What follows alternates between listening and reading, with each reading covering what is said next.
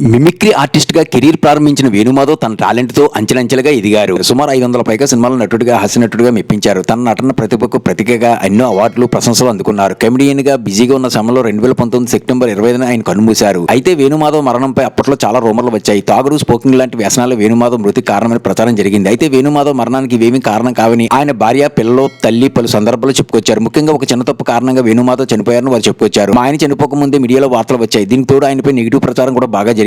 నిజానికి మా వారు డెంగ్యూ ఫీవర్ రావడం వల్ల మరణించారు. సరైన కేర్ తీసుకోకపోవడం వల్ల ఆయన ప్రాణం మీదకి తీసుకొచ్చింది. దీనికి తోడు వేణుమాధవ్ చనిపోవడానికి 3 నెలల ముందు ఆయన సోదరుడు చనిపోయాడు. దీంతో ఆయన మరింత డిప్రెషన్ గురయ్యారు అని వేణుమాధవ్ భార్య శ్రీవాణి ఓ సందర్భంలో చెప్పుకొచ్చారు. ఇక వేణుమాధవ్ తల్లి సావిత్రమ్మ మాట్లాడుతూ, నా బిడ్డ చనిపోవడానికి కారణం అనారోగ్యానికి గురి అవడంతో పాటు మందులు వేసుకోవడంలో నిర్లక్ష్యం ఉండడమే. ఆ చిన్న తప్పే మా బాడీని మాకు దూరం చేసింది. వేణుమాధవ్ ఎప్పుడు ఏ జబ్బు వచ్చినా మందులు వేసుకునేవాడు కాదు. చిన్నప్పటి నుంచి అదే అలవాటు వచ్చింది. అది పెద్దయ్యాక కూడా కొంప ముంచింది. డెంగ్యూ జ్వరం రావడం మందులు వాడకపోవడం వల్ల నా బిడ్డ చనిపోయాడని వాపోయారు.